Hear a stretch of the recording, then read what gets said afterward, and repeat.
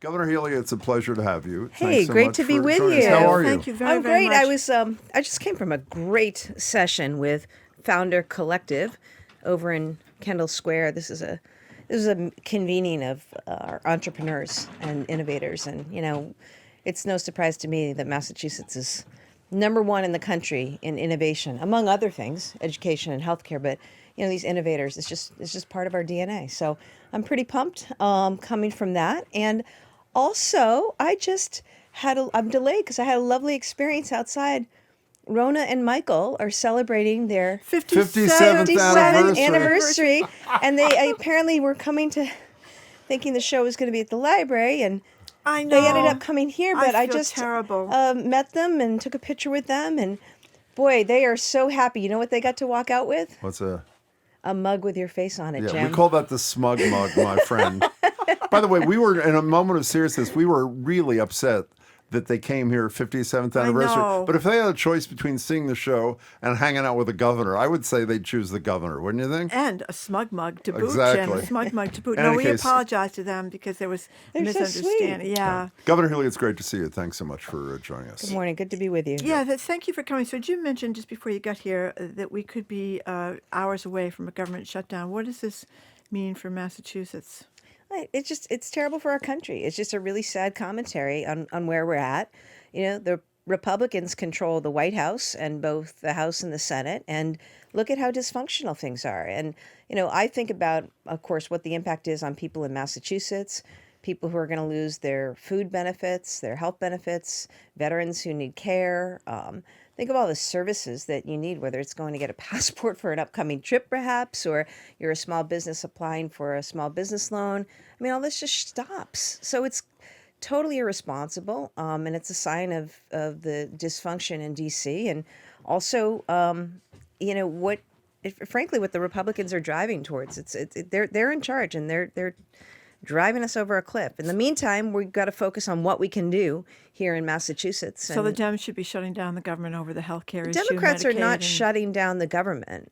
Okay, they're not shutting down the government. This is a failure by Donald Trump and Republican leadership. Remember, Republicans control the Senate and the House. And, what it does speak to and what the Democrats are speaking out about is the fact that, not only have you gutted healthcare and rural hospitals are going to close, community hospitals are going to close, people are losing access to Medicaid. I mean, in Massachusetts alone, we estimate 350,000 people will be losing their health insurance.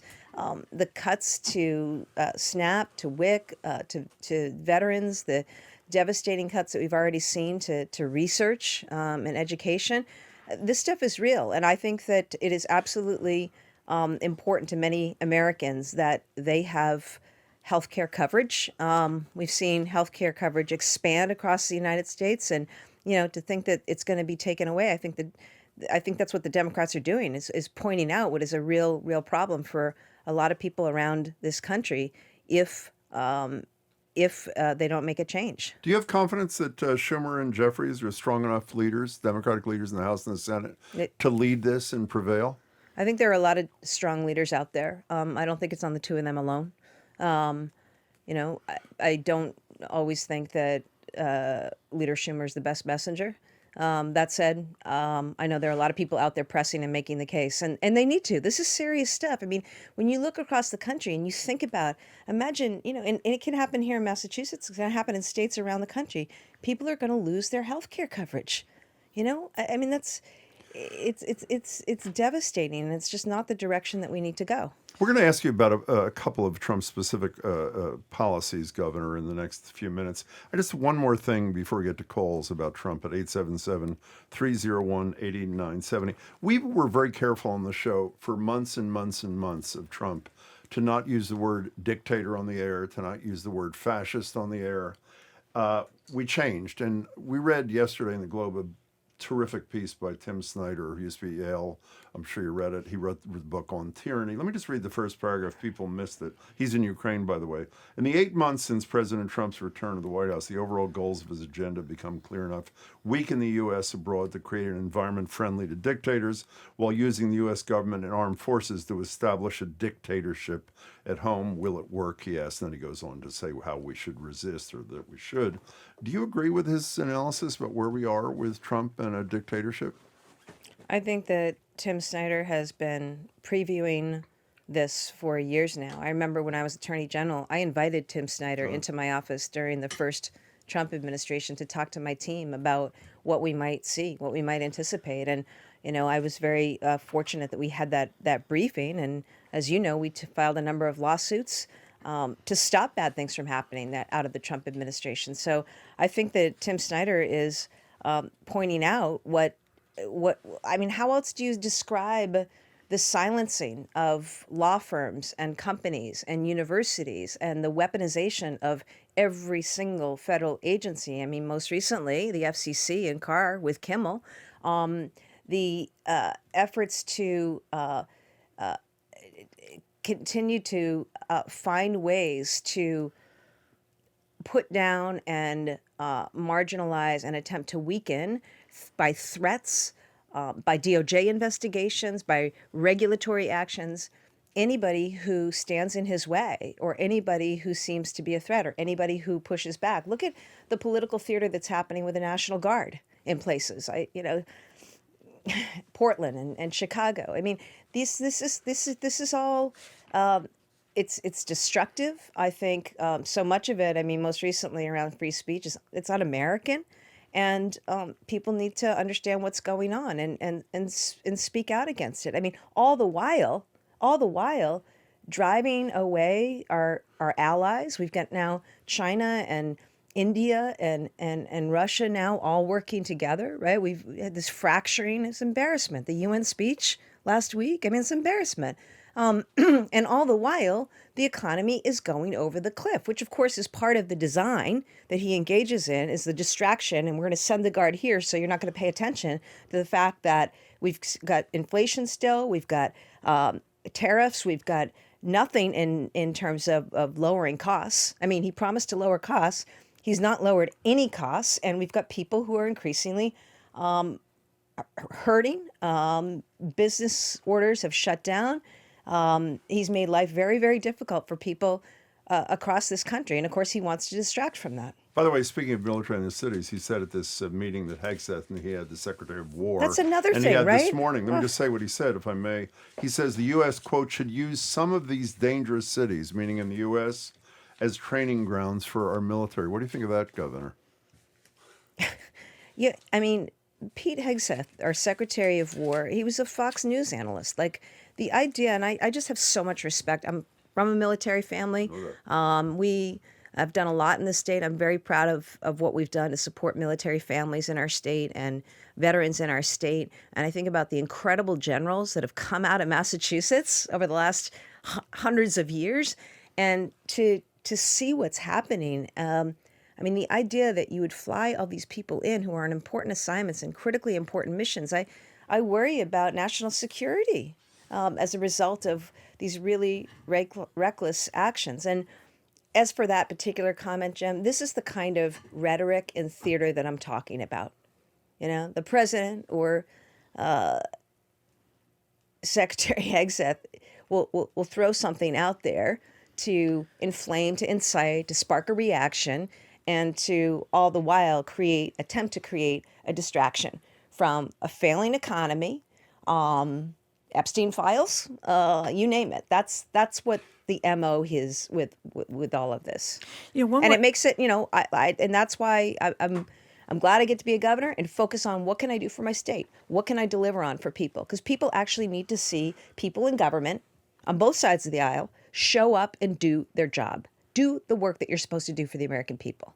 Our number is 877-301-8970. One more thing before we get to the calls. There's a lot of confusion now about vaccines. I know you said that you're going to make sure that insurers cover vaccines if you want to go get your COVID vaccine. But what about the people who are uninsured? I don't know what happens with them. There's coverage both with Mass Health, with our GIC, the state plan. Everybody has access to So no one will vaccines. have to pay. No one will have to pay. Okay. I don't think there's any confusion in Massachusetts because and just to review for folks what happened, I mean, we've got this conspiracy theorist nut job, RFK Jr., in charge of HHS, which is not funny. It's not laughing matter. Sorry, I It's, shouldn't be I don't, smiling, no, I'm Governor. not taking you on for that, but I'm just saying, like, this is bad. And I mean, I don't know how it's surprising to people that he actually took away vaccine access. Like, we knew this was going to happen. But in Massachusetts, we were prepared. Our public health commissioner, Dr. Robbie Goldstein, who's terrific and also an infectious disease doctor, we worked together on a plan to stand up our own vaccine system. So, people in Massachusetts, we brought together the insurers, we brought together the pharmacists and pharmacies, and everybody got on the same page. And I'm grateful to both the insurers and to the pharmacists because now anybody can get a vaccine in Massachusetts. I also, and basically our commissioner, who is a doctor, wrote a prescription for every resident in Massachusetts. If you want a vaccine for COVID, for flu, you get it, right? And we also are working with a group of other states because that's what we have to do now. We basically have to the states are left to set up their own public health infrastructure because CDC has been dismantled. We need to be there as states, not only to deliver vaccines, but also to do the kind of disease monitoring that you would do in your states that CDC used to do and work around emergency preparedness. We're going to have to do that now in coalition with one another as states. Let's take some calls. Governor Healey is with us for the hour, 877-301-8970. Perry, you're in Waltham. You're on with Governor Healey. Welcome to the show, Perry. Thank you for having me. Of course. And thank you for coming on, Governor Healey, and speaking with all of us. I am concerned about... Hi.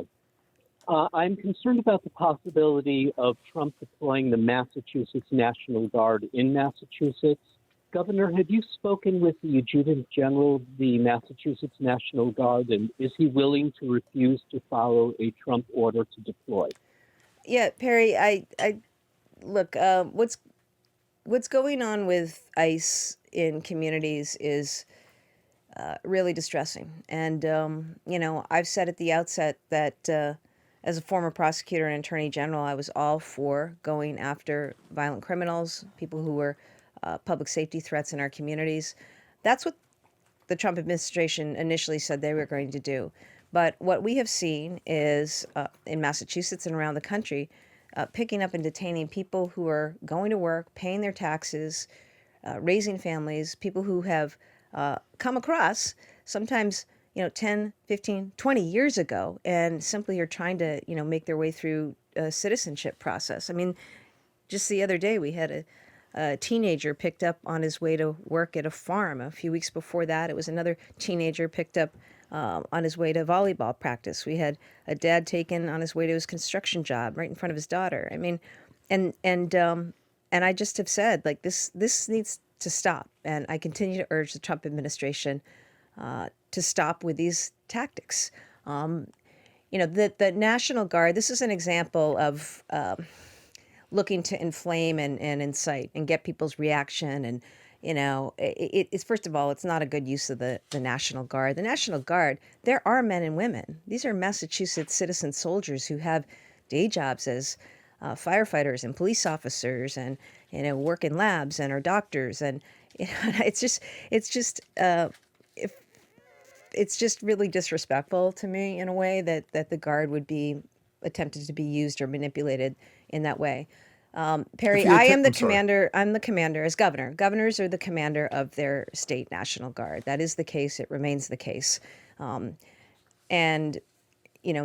the efforts by the Trump administration to federalize state National Guard, I think, are very bad policy decisions. I think they undermine public safety, and they take away from the critical mission of the Guard. We need the Guard to be available to respond to disasters. This is hurricane season, right? We've had floods. We've seen the Guard in Massachusetts in action on a lot of fronts to help people here in our state. It's also the case that state National Guards are routinely on missions abroad.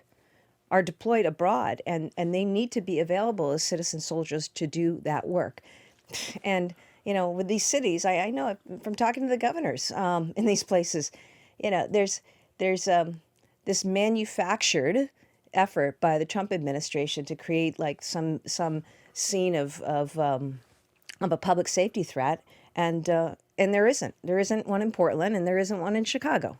Peter, thank you very much for the call. We appreciate it. 877-301. Oops, Peter, wasn't you. It was Perry. Perry, thank you for the call. But this is Peter, who is in Weston, who is also calling Governor Healey. Welcome to the show, Peter. Hi. Thank you.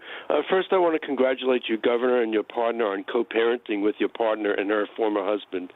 I was on Governor Patrick's working group on family law, and we proposed a compromise bill. It's called the Child-Centered Family Law Bill. I was wondering if you can support this passage of the bill. And then finally, I've asked for 3 years now to try and sit down and meet with you. What do I do to facilitate that meeting? Hey, Peter. I don't know the law that you're referring to, but we certainly can take a look at it in my office. If you want to leave your name and your number with the team here at GBH. We'll do that. Peter, we'll put you on hold and get contact information. Staying on Trump for one more second.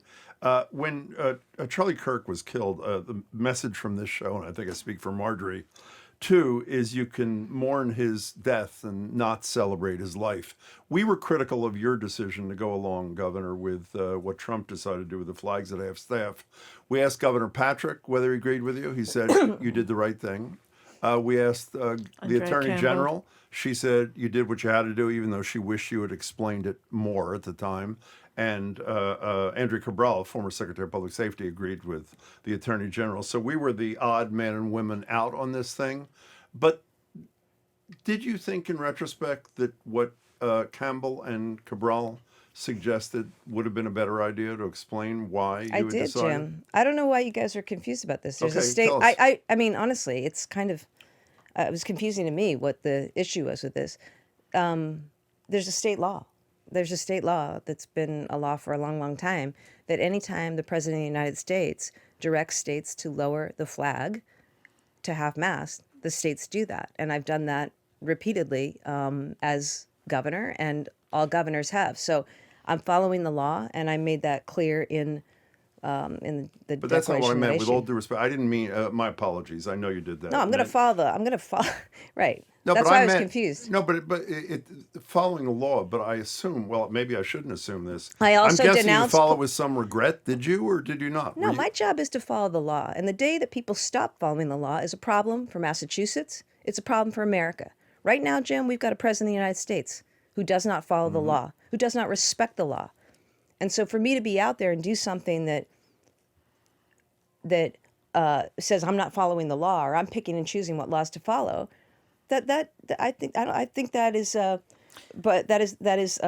irresponsible, and that's not how we So did operate. it cause you any angst at all to be You know what- lowering the flag, even if it was the No, legal you know what? mandate? No, you know what caused me angst, Jim? The fact that we've got a problem with violence in this country. The problem that we got a problem with political violence in this country. The fact that I've got a colleague in Josh Shapiro, whose house was lit on fire. Pennsylvania governor. Okay? The fact that the Speaker of the House in Minnesota was murdered. The fact that a conservative activist, Charlie Kirk, was shot. Like the President of the United States, an attempted assassination when he was running. The other day, we've got a problem with violence. The shooting of the Mormon church the other day in Michigan, which followed a shooting in North Carolina. That's what people need to spend time and energy on. How do we bring down the temperature? How do we get people talking to one another?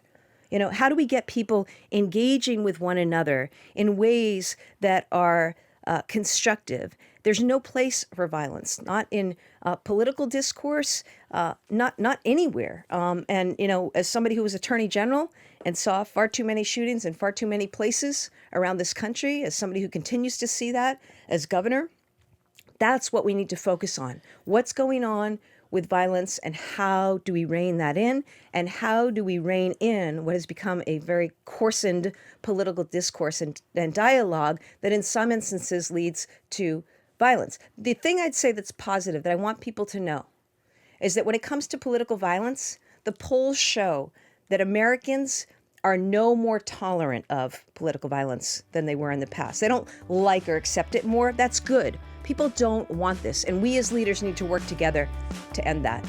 Just a quick follow-up. I don't want to belabor this thing about lowering the flags after the assassination of Charlie Kirk, but the same people that Jim mentioned before the break, Deval Patrick, Andrea Campbell, and Andrew Cabral, all public officials, all black public officials in Boston, would agree with you about lowering the flag, but they also called him a racist.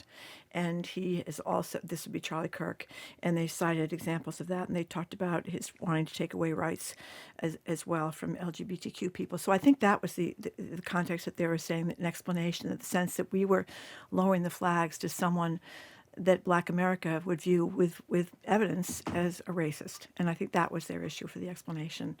So did you feel that we touched on that?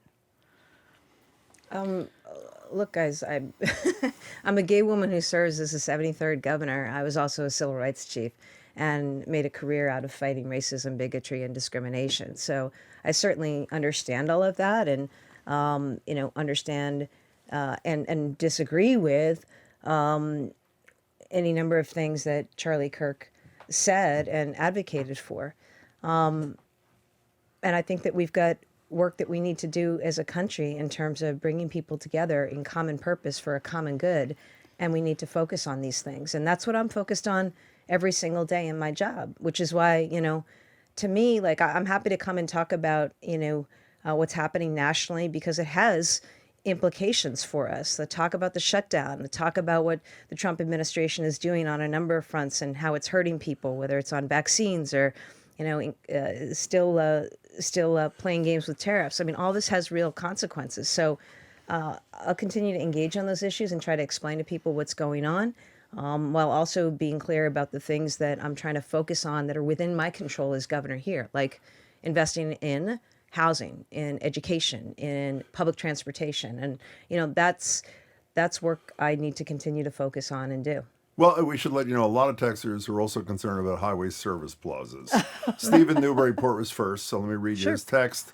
Please ask the governor about why a bid $900 million greater than another bid, that's Steve's allegation, prevailed. And I assume most people know the people that prevailed withdrew the other day. There's only one finalist left. That's me speaking. Did the Secretary of Transportation bear some responsibility? And if I can add to that, Governor, I think you were asked yesterday or the day before, will the whole negotiations be reopened? I think you said something like, we'll see. Can you give people a quick update on where that is? Yeah, this is a bid process for work on upgrading the service plazas that run along the Pike and a few other locations. And the Department of Transportation ran a process and made a selection. And, I have no reason to believe that there was any lack of transparency with that process. I mean, it was the process. And, the allegation was made by the losing bidder that the department picked a more expensive bid. That was the gripe of the losing bidder. The winning bidder has subsequently made a decision to withdraw. And so we're currently evaluating where we should go from here. But my focus for you, Steve, is on how do we ensure that we have the very best service at our service plazas that'll be best for drivers and folks who are on the road. So and you don't see any indication that there was a special deal because John Fish from Suffolk Construction was connected to the winning bid? No, okay. Not at all. But it's also beside the board because the winning bidder has decided to withdraw after lease negotiations. So we're currently evaluating next steps. Darrell and Milton, you're on with the governor. Welcome. Hi, thank you. I love this show. Governor, thank you very much. There are these big national issues that are super important that you've been speaking about, but bringing it back to home and things that I can do is the cost of electricity. It's very high in this state, and my wife and I are trying to do everything we can do to reduce our costs. We have solar, and we're in the SMART program, and now we're in a couple of community solar programs. And I have to tell you that I've had major problems with Eversource from the very beginning of these programs and how they bill and how they credit. And I don't understand how to run a business when you don't even know what you're getting billed for or credited for. And I've called, and there's no accountability. So, Daryl, what's your question for the governor? What can you do to help us? Oh, there's your question. What can you do to help us? Thank you. What can you do to help us reduce the cost of electricity here?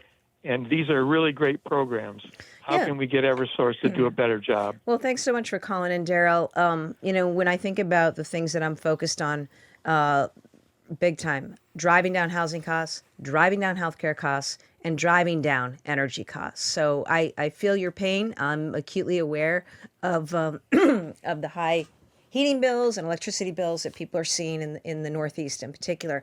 So here's what I've done. This spring, I took $6 billion off of your bills. I was able to go through with our team. We removed charges that appeared on bills for programs that we didn't need to support anymore, or to the degree we were supporting them, and that was a savings of $6 billion.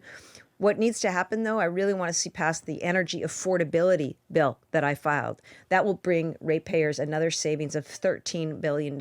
So, that's for residents, for businesses. We've got to drive those costs down. I started yesterday morning by convening with solar developers from around the state because solar is actually the cheapest way we can bring more electricity online. And I'm trying to do everything I can to speed up the deployment of solar and solar installation in the state. Eversource, I spoke out on your behalf, Daryl, a couple weeks ago, and Eversource announced a 13% rate hike, and I just thought it was outrageous because people can't afford this.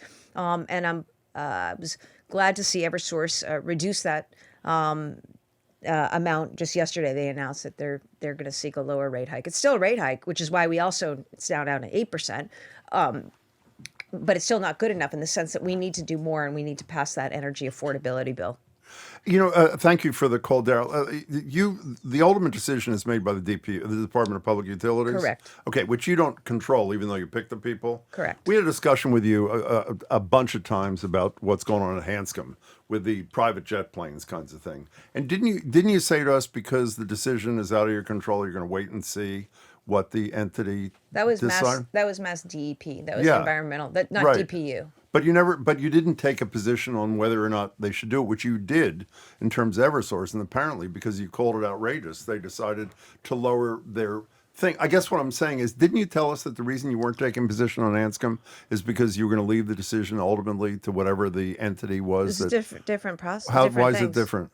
Because one, you were asking me a question about what my own state agency was going to do, and I don't feel it's appropriate for me to Bigfoot my own state agency and the people who work for me with my position. Now, when you're talking about DPU, that's not my state agency. That's an independent agency. And my call, and I continue to call on DPU to scrutinize these proposed rate hikes. People can't afford to pay these bills. And, I think that is not only appropriate, but what I should be doing. I'm governor, and I need to make sure that, people hear me when I say we've got to work together. We've got to pass that legislation that I filed on energy affordability. We've got to look for more ways to bring more energy into the region so that we can drive down the cost of energy. And we need to make sure that we have entities like the DPU really closely scrutinizing any proposed rate hikes filed by a utility company. Speaking of the legislature, you're saying you hope they pass your bill. You have also, I think I have the number correctly, have filed something to fill the hole that Trump is creating by attacking all the research that is done in the state. I think $400 million, give or take. Is that what you're? Is there any indication the legislature is going to do this in your estimation? I think it's really important. We're having good conversations with them now. Let me explain to folks. Massachusetts leads the world when it comes to cures and treatments and discovery. And 1 in 10 research jobs in the United States is in Massachusetts. 1 in 10 research jobs in the entire country is in Massachusetts. So this is core economic infrastructure. From this research and the people who come from all over the world to study here, to research here, to start companies here, including the group of founders I was just meeting with in Kendall Square a few minutes ago, that generates so much in terms of economic activity for our state. We've got incredible public universities as well, who are esteemed public research entities who also are huge contributors to this economy and why people are attracted to come to Massachusetts in the first place. As folks know, the Trump administration cut funding for NIH, for National Science Foundation, for NOAA and the like, made cuts to colleges and universities.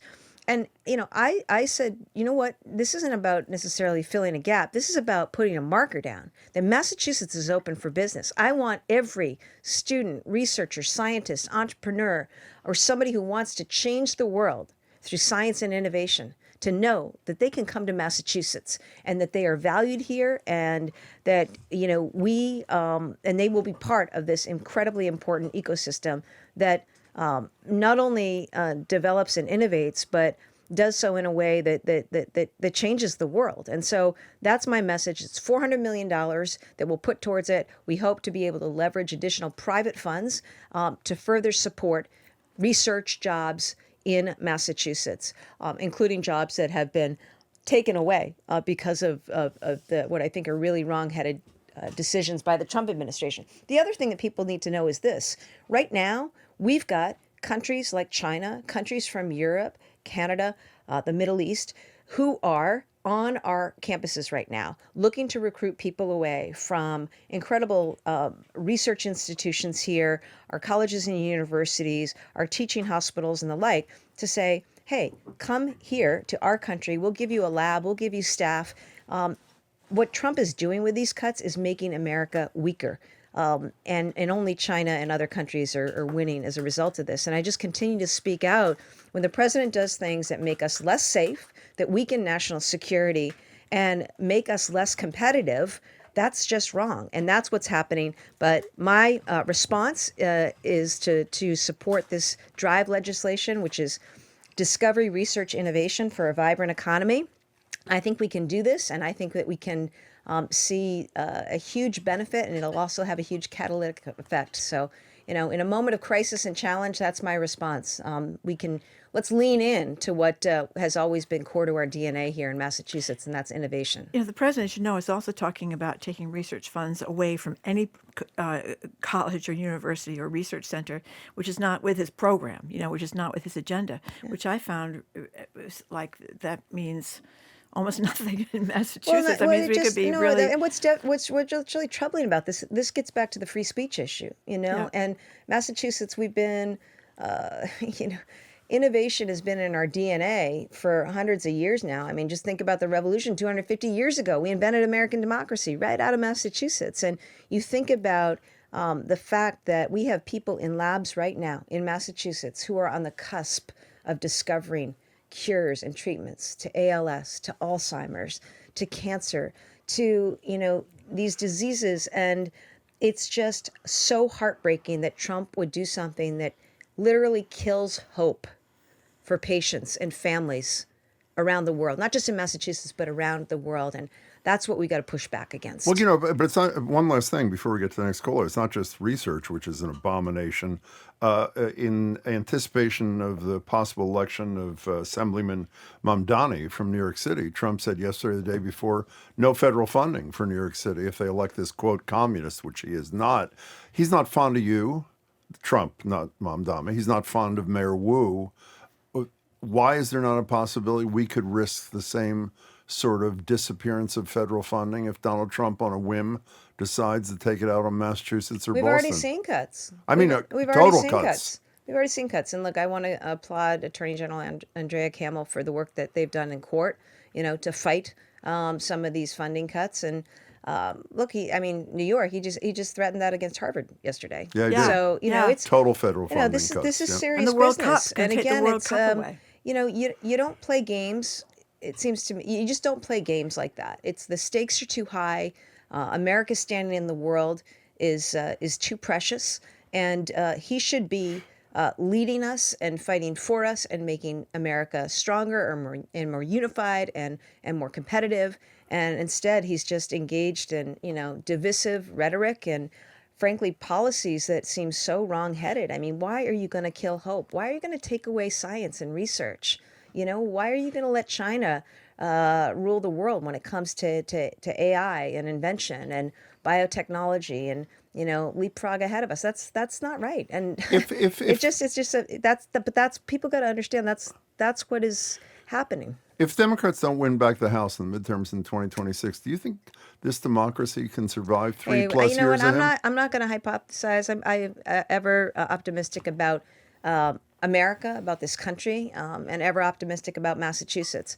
But it is very important that people are engaged right now and stay engaged and find ways too to get involved in your community. Find ways to volunteer. Find ways to actually get with other people, like in the same physical space, to do good things.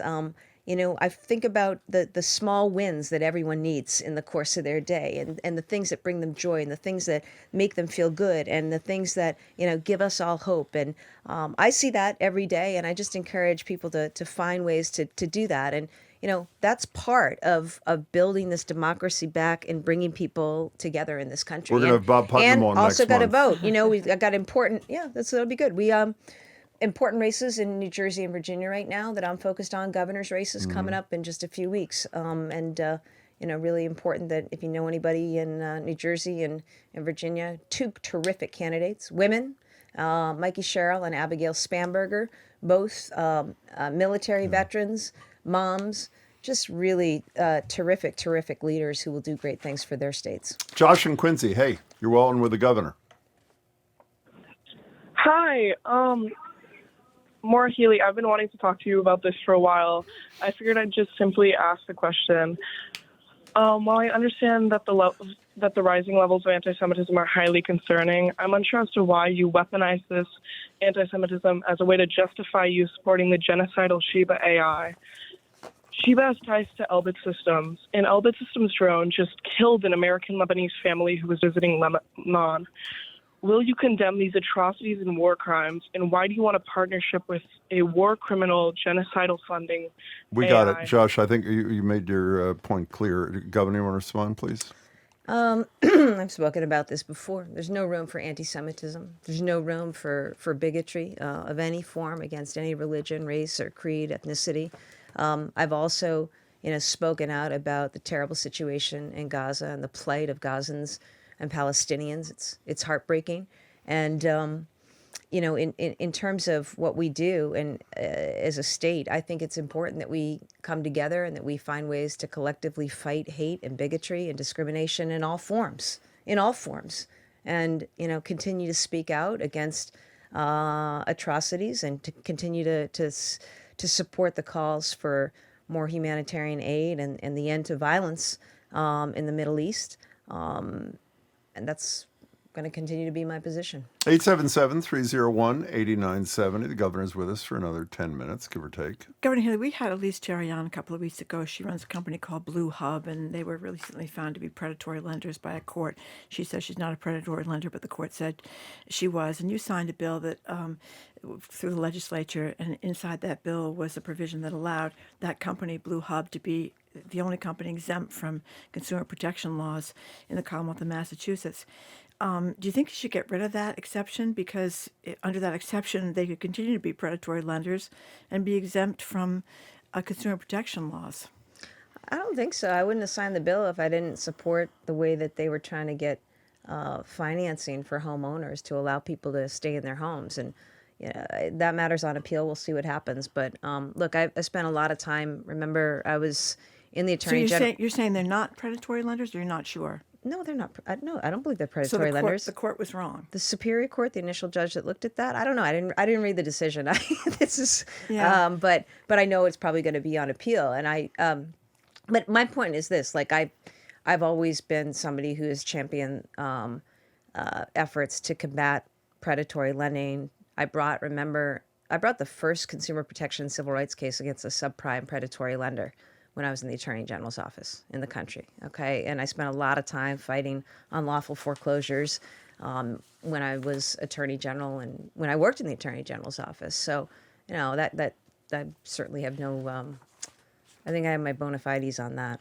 But it's very odd, though, that a company that has been found by a court, they may appeal, but it's found to be a predatory lender.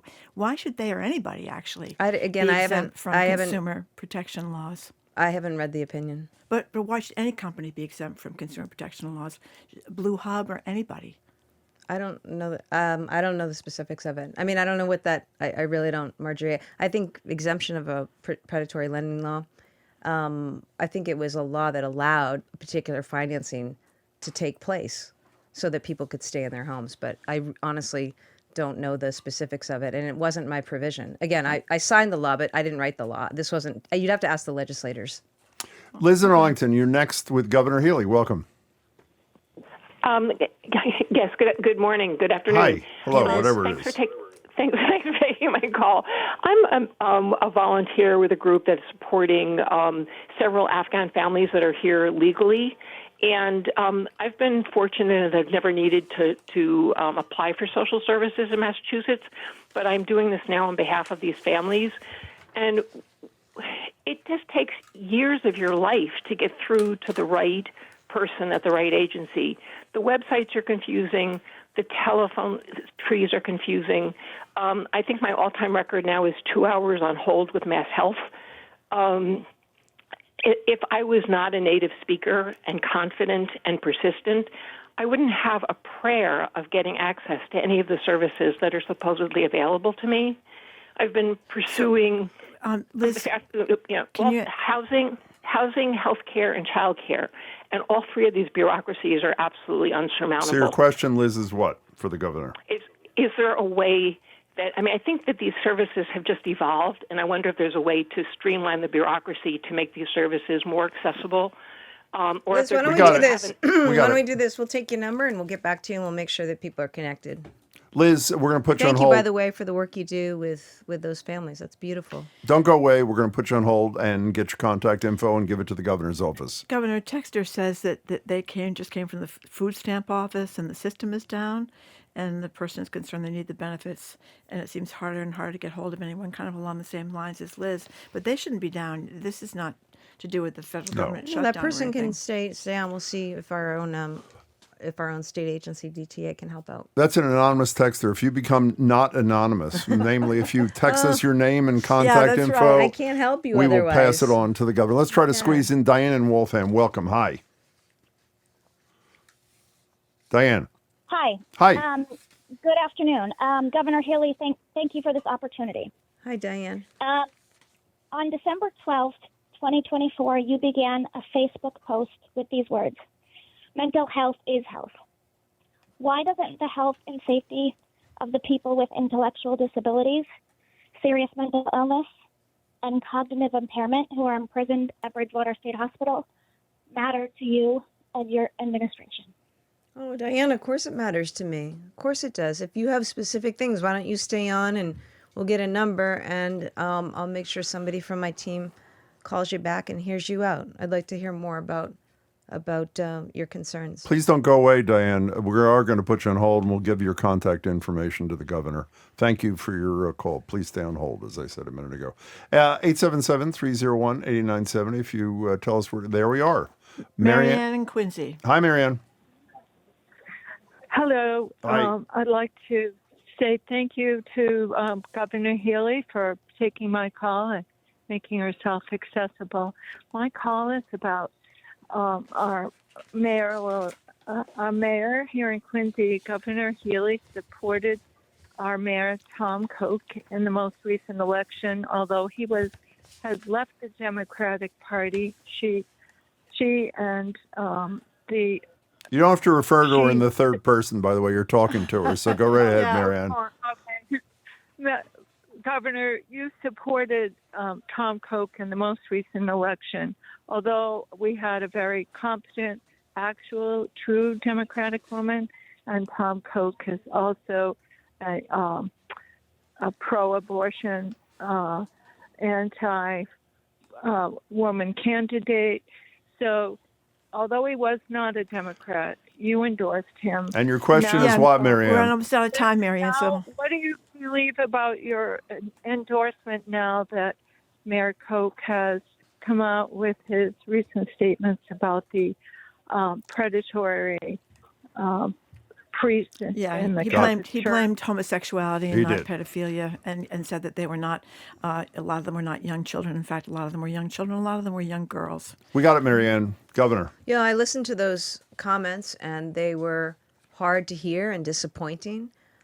I've spoken with the mayor. He's apologized, and I know he's doing a number of convenings, both with members of the LGBTQ community, of which I'm a member, as well as survivors of sexual assault, which, as a former prosecutor and attorney general, that's very important to me. So I was disappointed, and I understand the mayor is working now to address those things. Yeah. He's still fighting for the 10-foot statues of the angel Gabriel, I think, over there in Quincy. You've seen the statues? Oh yeah, Two yeah, of them, for, 10 feet for high. fire and police. Yeah, Yes. that's right. So, Okay. you want to end on an up note? Sure. Yeah. We only have 30 seconds left. You're not going Go to New Red York? Sox. You going to New York Yeah, tonight? Red Sox. Sox. Are you going to any of the games or no? No, they're down in New York. You can I get wish to New we- York, You get on a train and you go right Just gonna down stay here there. in the Commonwealth. got- We have a lot of problems in the Commonwealth. we got a lot of stuff to work on here. But look, on a positive note, I just encourage people, find joy in your day.